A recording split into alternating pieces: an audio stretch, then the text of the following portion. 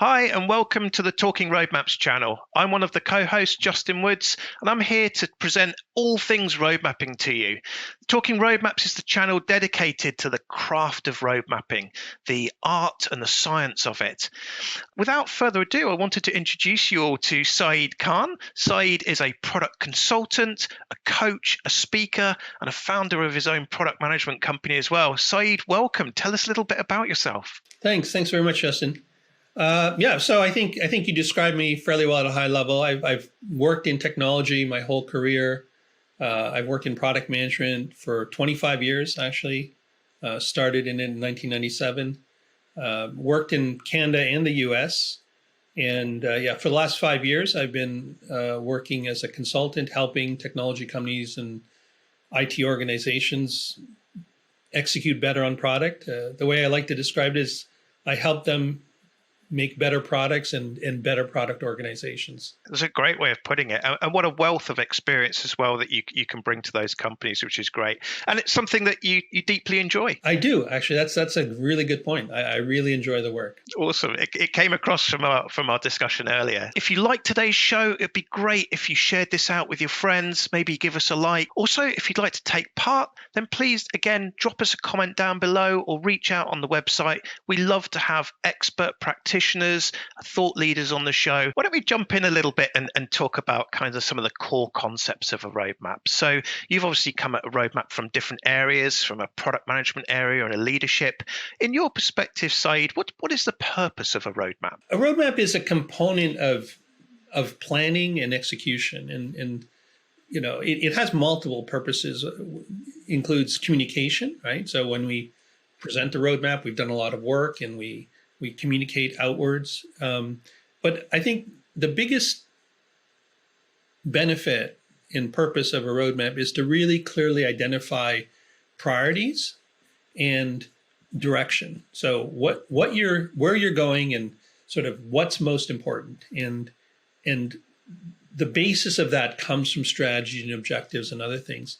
But really priority and direction are the real big benefits of it, and clearly thinking that through and then clearly articulating it to others. Massively important. I love that. The priority and the direction is kind of this is the overall trajectory of where we're going. And then also the priority of those items. So which are we going to tackle first? Which of them may be a bit further out? Yeah, that's a great response. Yeah, and just generally what are the most important things? Like a roadmap won't contain everything that you plan to do. That's not its purpose. But if you do your homework and you think about where you want to get to, you know, your vision, etc., your roadmap will show those things that really help you move in that direction, and that are things you shouldn't let slide, right? Like there's lots of things that can distract, but these are things that we really have to focus on. Yeah, that's a good point. The current focus. I love that. And so who is the audience of a roadmap? So I think first of all, there's different types of roadmaps and they serve different purposes. And I won't go into sort of all of that, but you know, it's in the most general sense, it's anyone who needs to understand the strategic direction of your product. Let's talk about a product roadmap specifically. So internally, obviously it's product teams, it's executives, it could be other people in the company, other departments, whoever you want to communicate that to. And then externally, you know, again, people who need to understand that. So I worked a lot in B2B product. And so, you know, strategic customers and partners and, you know, people who we were collaborating with. So we would share roadmaps with each other and then try and align what we're trying to do together, et cetera. So, but roughly speaking, anyone who needs to understand the strategic direction. So again, you know, direction and priority, what's important and where you're headed. I like that kind of catch-all statement, which is anyone that needs to understand. So anybody that needs to be involved. And that could be down even into legal teams, finance teams, and so on and so forth. But it doesn't have to be everybody. It's just the teams that actually maybe have some skin in the game, or they need to be involved to deliver the overall trajectory. Own is such a loaded word. Generally speaking, product management is responsible for the definition of the roadmap. You know, if you think about like, you know, accountability, absolutely product management is accountable for that, but it's not a sole ownership in the sense of, you know, product management goes away and defines it and then tells everybody. It's obviously a collaborative effort. And again, this is one of those reasons why when I talk about roadmap, I always talk about strategy. I talk about objectives. I talk about, vision, et cetera, because it's really a component of your business planning and how you expect to achieve your goals. And so if you think of those 4 words together, vision, objectives, strategy, and roadmap, there's a lot of people who are, stakeholders or who have some aspect of responsibility over those things. And so all of those people on some level will be part of the road mapping process. Yeah, that's a great response, actually, is the people that are responsible for kind of updating it, if you will, or maintaining it. And then the ownership of the roadmap could actually be much more widespread. It's all of those different artifacts that have different ownerships within the company feeding into that roadmap. Yeah. And like in a nutshell, like product management is responsible, accountable, whatever you want to use for defining it, but not solely, right? That's the thing. So you have to work with others. Like as a product manager, as a sort of individual contributor product manager, I worked on many roadmaps, and I'll admit, quite honestly, some were not really great roadmaps, but the sort of context was always the same. Like we were given objectives from our management team. There's a revenue target. Usually it was revenue, but sometimes for early stage projects it was customer acquisition or something like that, or it could be retention, it could be whatever. You're given something from above, and then you're really trying to frame a lot of other contextual items and produce something that addresses those things. So yes, we're going to focus on X, Y, and Z to meet these goals or objectives, but we also have these other constraints, and we have these other areas we have to focus on. So it's a blend of all of that. And then, it's very political too, because you can't please everybody. And so you have to sort of really be great at prioritizing and then weaving a good story around why you made certain decisions, right? But that's where the collaborative nature of doing it comes in. You don't just go away, do it, and then come back and explain everything. You mentioned there about storytelling, and I think that's such an important and possibly a lost art of the roadmap as well, which is as a compelling document to bring people along with you, you need to enthuse them and invigorate them with that story. And often the storytelling aspect gets lost, and it's just a slide or it's just a diagram. Yeah, and again, the story has to have context, right? So it can't just be, hey, we got a bunch of customer requests and that's why we're doing all these things, right? That makes no sense. Yet, unfortunately, there's a lot of, feature roadmaps that really are just that. But if you have a clear vision of where you need to get to, and you have these objectives, and you understand the market, and you define really good strategies to address, challenges, et cetera, there's a story right there, right? That whole context is the story that you can use to then say, okay, and because of all of that, here's how we're going to, prioritize. This is why we're going in this direction. This is why these are things that are important to us. And if people buy into that context, and hopefully you've described the vision and all these other things, so it's not new to them, then it becomes so much easier, right? Because people aren't questioning every decision, like, oh, what's that thing, 2 years out? Why did you put that there? Or how come something is in column B and not column A, etc. Like, they've got the context of why it's important, and this is the next stage. Absolutely. And context, I mean, I say this all the time, but common context is literally one of the most valuable things. Like, you can be sitting across a table from someone, and if you don't have common context on something, you will talk past each other and you won't even realize it until it's way too late. And all of a sudden you're just like, wait a minute. We've been talking about two different things for the last, half hour or whatever, because one person assumed one thing, another person assumed another. And so this idea of common context, and I think, to get away from road mapping specifically, but I think in almost all the work we do in product management, common context is probably one of the best things you can strive for, right? When you're doing discovery work, right? You want common context with the team. When you're doing prioritization, you want common context with the team, right? You want to have that common context throughout all the work you do, and road mapping is no exception. And I love that you talked about kind of the relationship of the roadmap to things like the vision, the strategy, the objectives. Something that I know we're both passionate about as well is the concept of a product roadmap and then a business roadmap. I was wondering if you could kind of talk a little bit about that. Yeah. So this is interesting. So when people say the word roadmap, sort of the implication is a product roadmap. But one of the things that you really have to remember is the product is there to serve the business, so to speak, right? Like you can't have business success without product success, but the product lives in a context of the business. It's not, you can't just do anything in the product. Like we're not just saying, hey, let's go off and build X, Y, and Z because we can. We're doing it because the business is focused on something. There's a business vision, right? So we talk about product vision a lot, but there should be a business vision. And the product vision supports that business vision, right? I worked at Informatica for many years, and we were a data integration, data management company. And all of our products, master data management, data quality, data integration, our cloud, products, et cetera, all fell under that umbrella, right? We could have done other things because there were lots of cool things to do, but, we didn't go off and do like storage or something like that.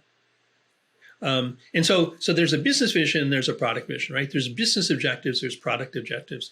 There's business strategy, there's product strategy. There's product roadmap, but people don't talk about business roadmap. And it's kind of interesting that this idea of a business roadmap is not really talked about much, and it's not really understood because from my view, the business roadmap, right? The business strategies, right? The direction and priority that the business needs to take is going to feed into what you do in your product, right? So this business roadmap is there, and the product roadmap supports it. So as an example, if you have a product and you're a growing company and then you want to expand internationally to grow revenue and extend reach and whatever, right? That's a business strategy. It's very clearly how the business expects to grow. As a product, you're going to have to support that, right? And it could mean localization. It could mean, understanding the local context where the company is going to operate. And then maybe there's some regulatory issues that you need to understand, or maybe there's, you think of an HR application, right? Like, boy, if there's an application that has to understand local context, it's HR, right? And so the focus really is that this business roadmap, right? That'll have go to market, it'll have strategy, it'll have operational, organizational things. There'll be lots of stuff in there. Is a key feeder into what you're going to do in your product, and those two things have to be aligned. And I think this is another important point, which is that a lot of times when people talk about the product roadmap, it's isolated from the business, right? And this is one of the reasons why there's often a lot of questions and pushback on a product roadmap. It's like, where did those decisions come from? Why are those the priorities that you've put on the roadmap? Because those priorities don't align with the business, right? Or how are those priorities supporting what the business needs to achieve? And so if you come at it from the business side first, and you say, okay, as a business, our goal is to grow, this much, and we have to make these organizational changes, and then there's these other issues, and there's aspects that will filter down, and some of those will be product related. And then those feed into your product roadmap. And then there's other things that are going to go in there from your own product strategies as well.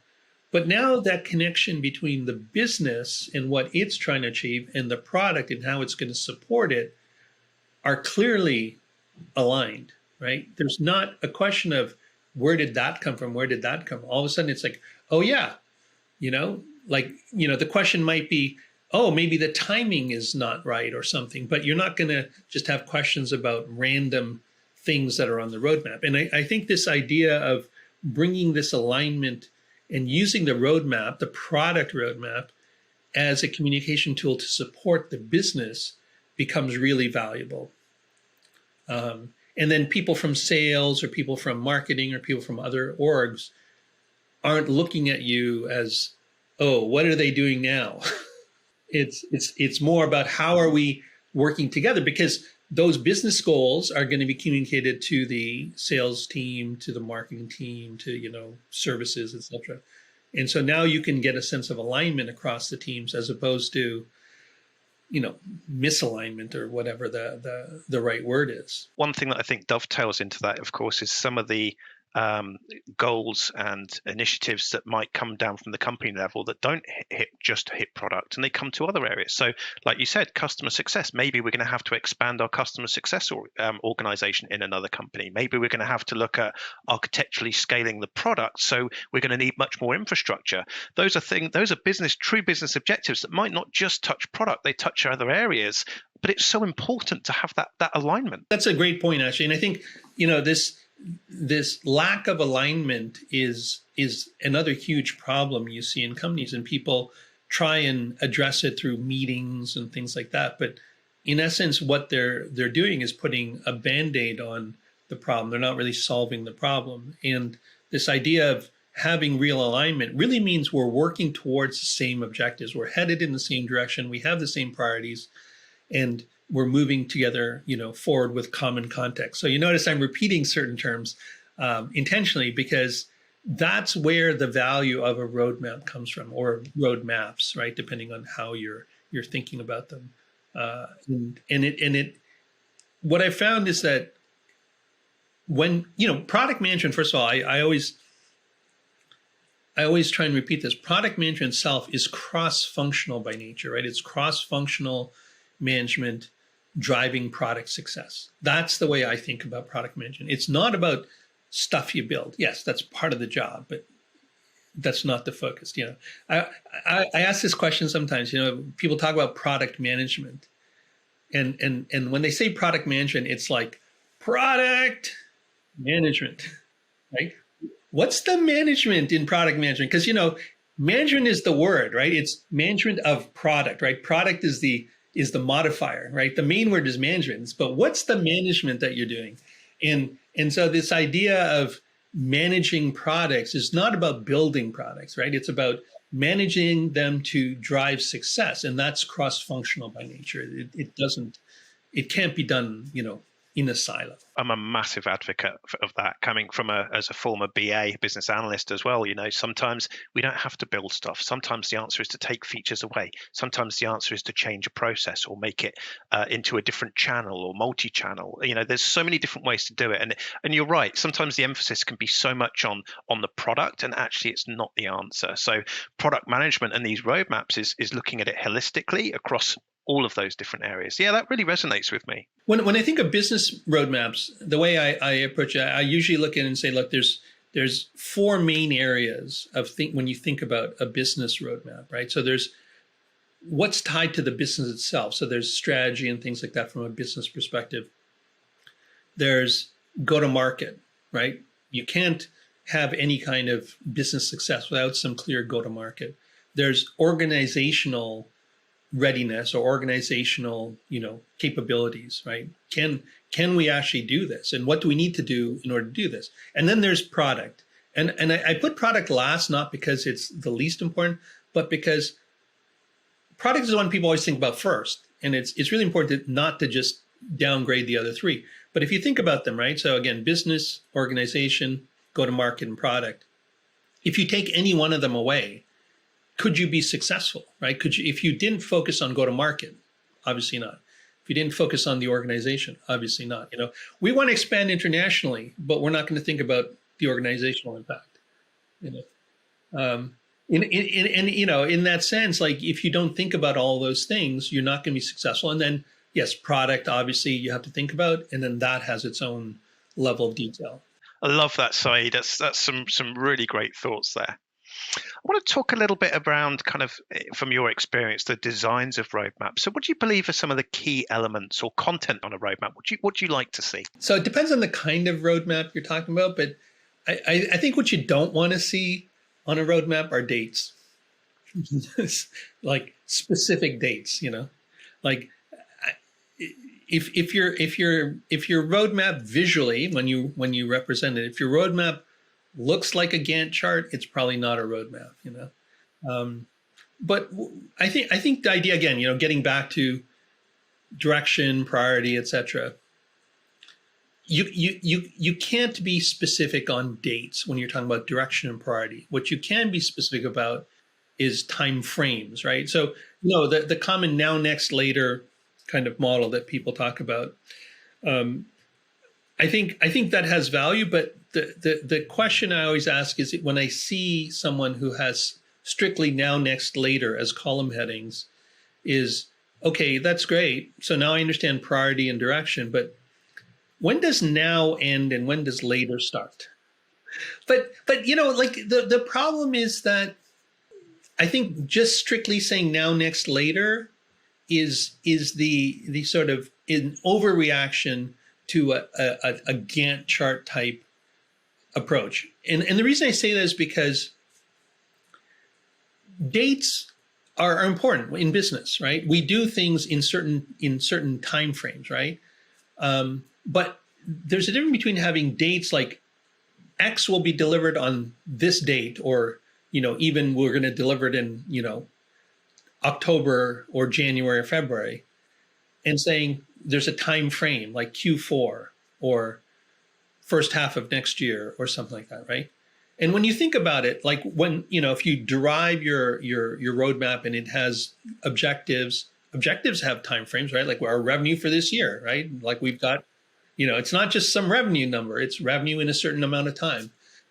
You have strategies, right? Strategies have time frames associated with them, right? It's not just a never-ending strategy, but we need to accomplish X, or this strategy has to be something in the first half of the year. We're going to do whatever. So there is a time element to it, and you have to acknowledge that. And I think the challenge is not to get too specific where you're making promises that aren't real. But what I often look at it from a time perspective is that, look, we are more confident about things that are closer to us than further away, right? So this quarter, next quarter, we have higher confidence. So you could put like, and if you're going to deliver things this quarter, right? Like they're already underway. Like you've staffed them, you've planned them, you've analyzed them. So you should have high confidence. So there's nothing wrong with putting some dates in the now. Like, yeah, now is the next 3 to 4 months, let's just say, for sake of discussion. And in fact, we're going to deliver something, right now, let's say literally right now, it's late August. We're going to deliver something around September 15th. Okay, great. Like high confidence. But let's say that goes to end of the year. So after January, like we're not sure, but certainly in Q1, this is what our priorities are. And then Q2, this is what our priorities are. And then second half of next year, this is what our priorities are. To me, that's reasonable. It's not like you're giving people information so that they can do their planning and make their decisions, right? And as you move forward, then, as we get to first quarter of next year, we have higher confidence, we can put more specifics, right? And if there's certain dates, like for example, you got a trade show in February, and marketing is saying, look, we got this big trade show in February, it's our first trade show post-pandemic, we're gonna go, and we got a demo and got a big booth and all that, and we need the latest, greatest, whatever. Okay, that's fine. That's a date. Like I know exactly when the trade show is. It's February, whatever. We can't really move it. We can't go, around that time, more or less. You work towards that. And then as you get closer, you decide, like the date can't move, but maybe the scope of what we're doing is going to move. It's going to change, right? You work in that. But so I think dates are important, but not overly focused on delivery, right? They're dates in terms of context, in terms of strategy.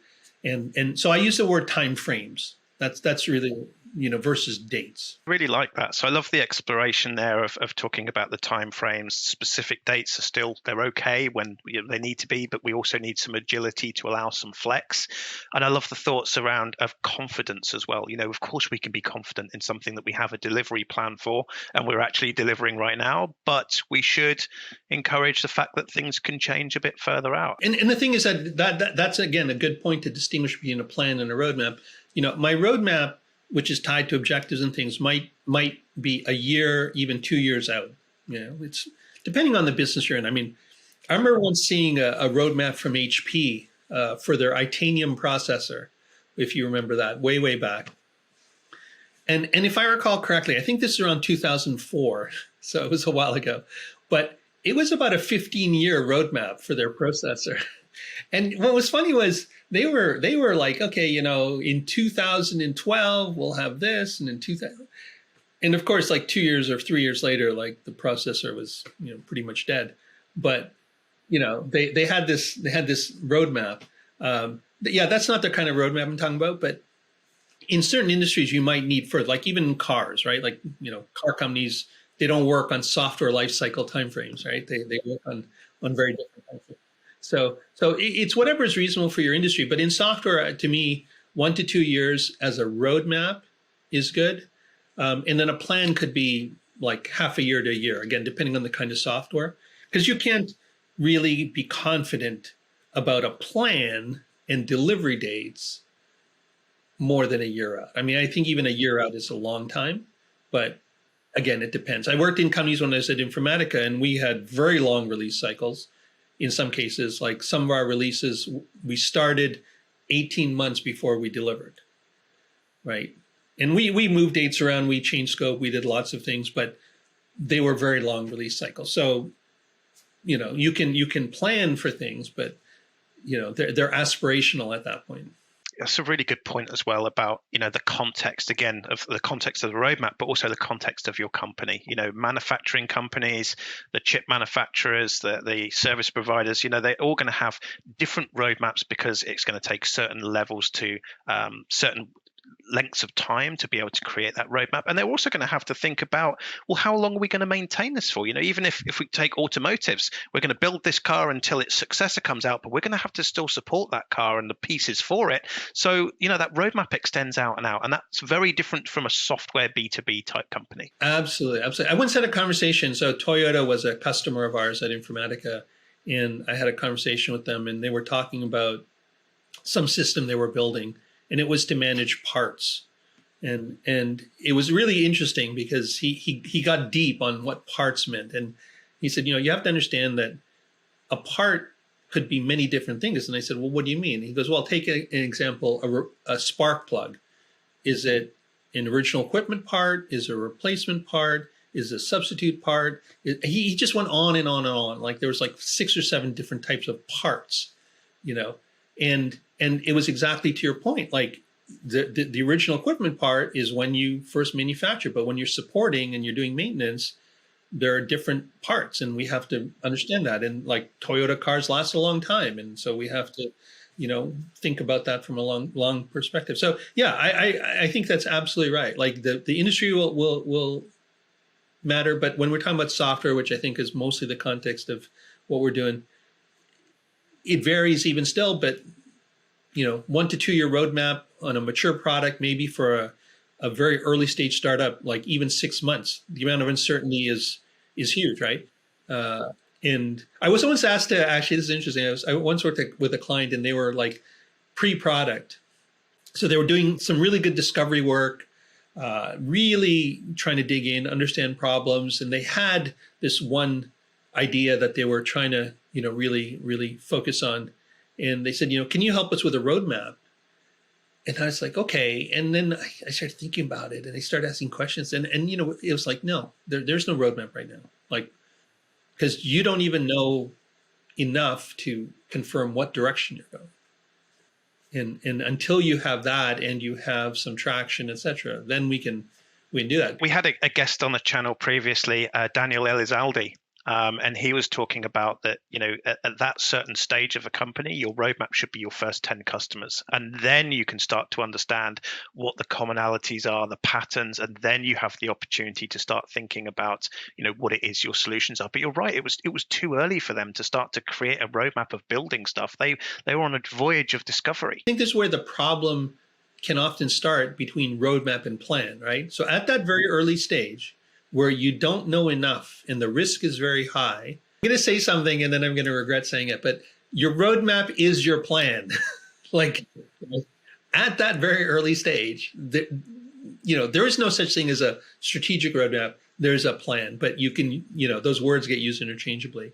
And I think if you don't realize the distinction early on and you're, the roadmap is the whatever the first 10 customers are going to, do, or whatever, then it just sticks. And then the roadmap and plan become intertwined in your thinking, in your language, and you don't make that distinction of the strategic side of things versus a tactical side. Before talking about kind of some of the good and bad, and I know we've touched on some of those already, I'm just curious, from your perspective, what are some of the tools you prefer for using to manage and visualize roadmap? I'm kind of neutral on tools, right? So I think before we get to tools, we really have to understand what we're doing and then have a clear process to decompose that work, right?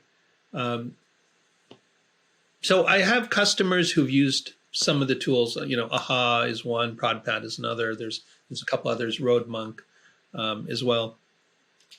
And I think that if they're clear about the process to get to a roadmap, and a real roadmap, like a strategic roadmap, again, priorities, direction, etc., I think most of these tools are capable enough. In fact, I think they might be too much, quite honestly. And I've heard some comments about a couple of them that it was just like, it's really complex. It used to be simple, now it's really complex, because again, if we go back to the early question about what's the purpose of a roadmap, one of them is communication. And it's hard to communicate complex things, right? Like you want to distill things into simple visuals and then tie them to clear objectives. And so I don't have a preferred tool. In fact, I'll say this, I have a tool that I've built myself for the work that I do. And I use it with my clients. And it's not a competitor to ProdPad or to any of these products. But it does give people the basic framework and the ability to build that business roadmap first and then feed that into a product roadmap. And then from there, they can export it into whatever, if they use AHA or ProdPad or whatever, they can export and do whatever. But the point really is you're focused on the most important things. And those most important things are not some huge visualization in a tool. They're really the key objectives you have and then the components that break down into, like, for example, organization, business, go-to-market, and product. And I'll just say this, I really recommend people not focus on tools up front. Like, it's like, I'll just say this, my kids, they're older now, they're all in university and high school, but when they were much younger in public school, they'd be doing math and then, they'd always pull out the calculator and I'd always take away the calculator. And it'd be like, okay, like you don't need a calculator for this. And but the teacher said, and it's like, just understand the process, right? And if you understand the process, then use the calculator to help you streamline the things that you're doing. And so I think that's really the recommendation I would have. So I think tools are great, but I think tools are only great if you know what you're doing and you understand them. And by the way, strategy and road mapping really are such, ambiguous terms for most people that you can lose sight of what you really need to do when you get into a tool and it's got lots of features and buttons and things like that. That's such a good answer, Saeed. I absolutely love that. I've got a question here, which is what is one of the biggest mistakes you think people make in road mapping? And I think you just perfectly answered that there. And that really resonates with me as well. Whilst I've got a history of working for one of these tools companies and I've done product roadmaps in my time as a product manager, a lot of the clients that I help now is helping them with the fundamentals of that roadmap. The problem is not the tool. The problem is the thinking around what we should be doing and putting on that tool. And that really resonates with me. I think it's important business work, right? And it's like a spreadsheet. Like a spreadsheet's great, but if you don't know what you're doing with the spreadsheet isn't going to help you. So I wonder if there's any anti-patterns or bad practices that you regularly encounter. We talked about dates being a bit of a pet hate on the roadmap, but are there any sort of bad practices that you encounter when you're working with roadmaps with your clients or with people? Yeah, the dates, the Gantt chart roadmap, I think is another one. I think the quote feature roadmap, I think that's an anti-pattern. I think the word, like the phrase feature roadmap, is an oxymoron, quite honestly. I think the lack of collaboration in developing a roadmap is I would call that an anti-pattern, in the sense that, product management owns the roadmap, but product management doesn't do that work in isolation. I think a lot of product managers are fixated on the build side of things, and that leads to just some problems, in the sense that, if your goal is product success, right, build is only one way to get success. But yet, if you think about the roadmap in isolation, that's really all you're thinking about, right? Oh, what are we going to build? Let me define the roadmap and prioritize it. I think another anti-pattern is, and this ties into the collaboration, but every product manager has a lot of context, right? They're talking to customers. They're, hopefully they're talking to customers, but let's assume they are. They're talking to customers and doing research and discovery and understanding problems and things like that. But the idea that their context is the primary context when thinking about a roadmap can be problematic. And what I mean by that is, let's just say you did a bunch of discovery work and you talked to a whole bunch of customers, and you heard something that was quite common among those customers. Okay, that's a customer problem, and clearly it's something that your customers are raising up. But the roadmap isn't just a reflection of customer problems. And so if you say, oh, you know what, we talked to 10 customers and some of them said this thing is really, a problem, or they'd really like to see this enhancement or whatever your, sort of rationale is. And so we're going to prioritize that high. Well, where's the business side of it? Like, is that helping you achieve the business goals? Is that really aligned with the context in the rest of the company?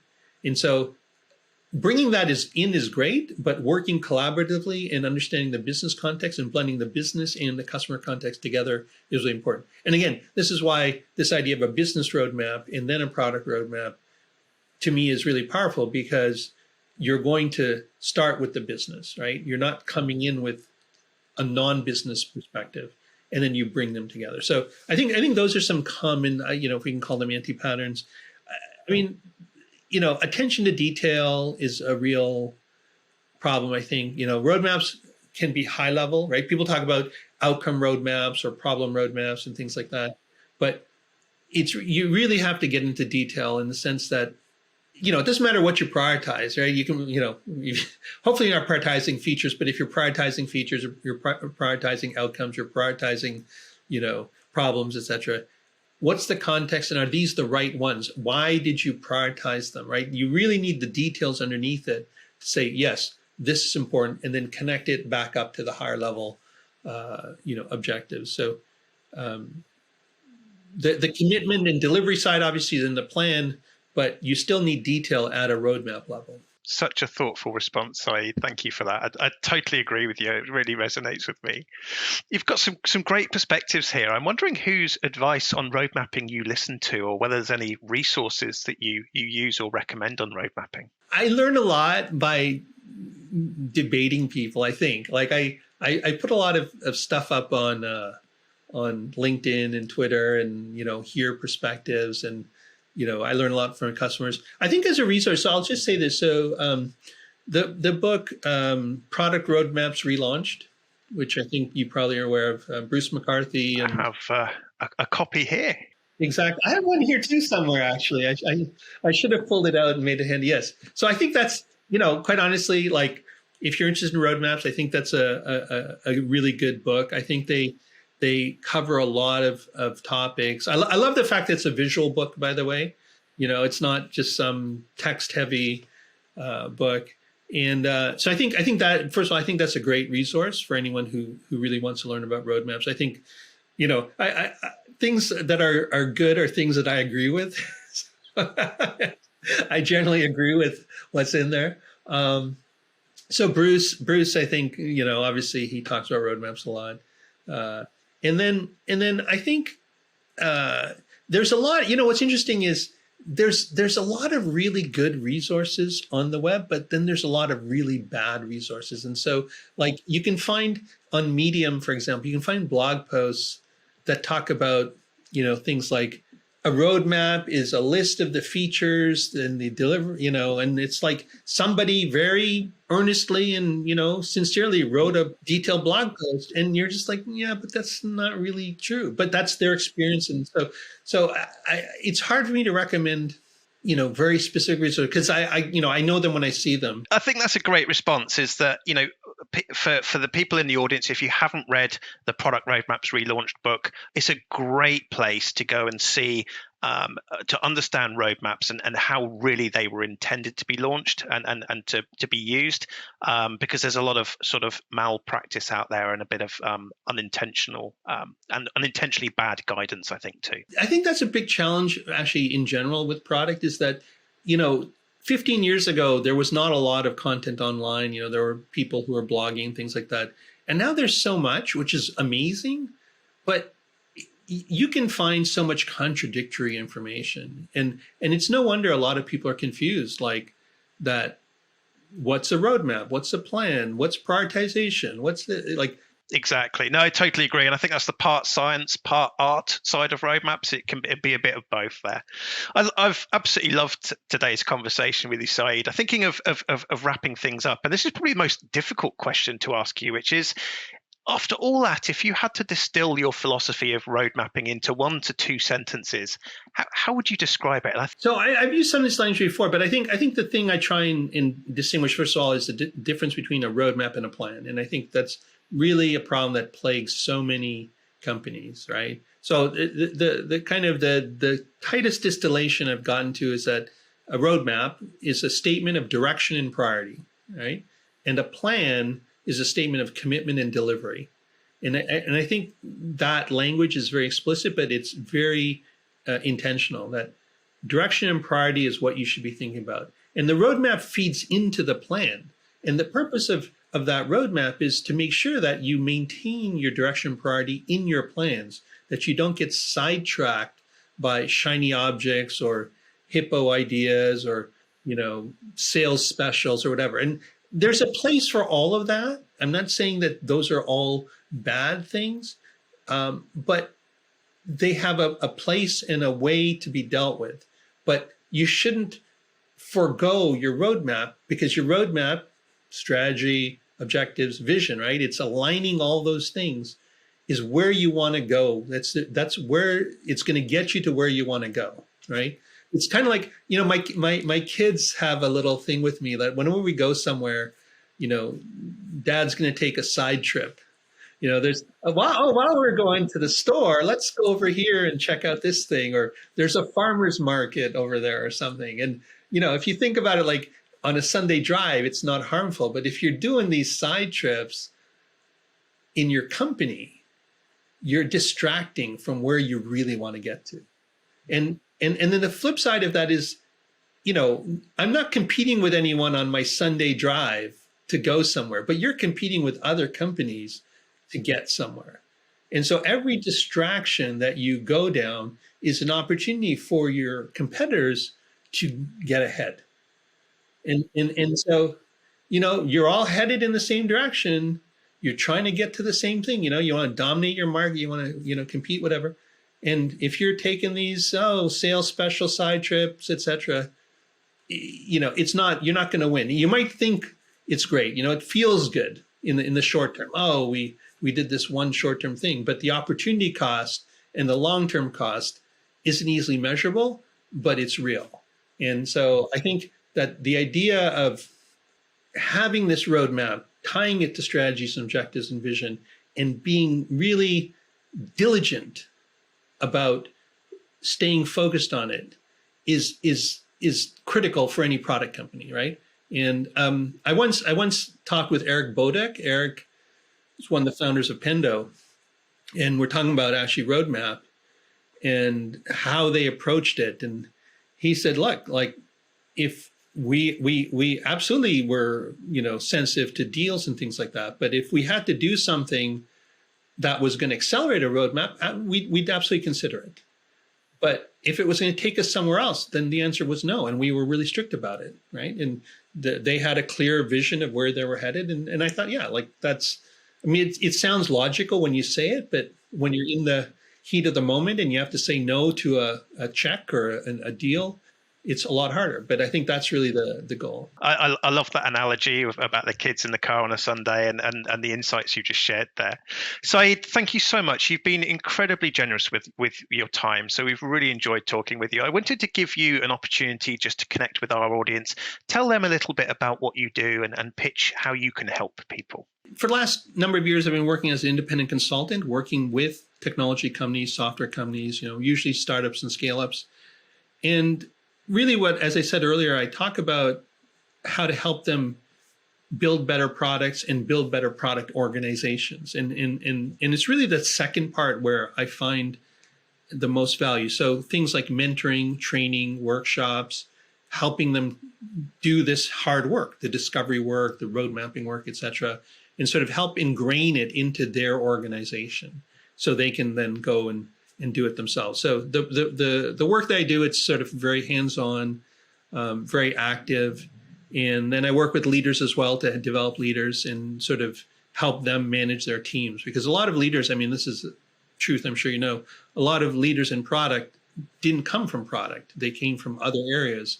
And this whole area of product is new to them. So I work consulting, advisory work, and as I said, training and workshops, and really helping these organizations, build long-term sort of high growth, high performance organizations. Fantastic, Saeed. Well, we'll share the contact details of you down below, your website, maybe a link to your LinkedIn profile, so that people can find you, because I think that's a really worthy cause there. So, Saeed, look, thank you so much for spending time with us. I've really enjoyed it, and I can't wait for our audience to hear. For the audience out there, really hope you've enjoyed today's session. Some great insights from Saeed there.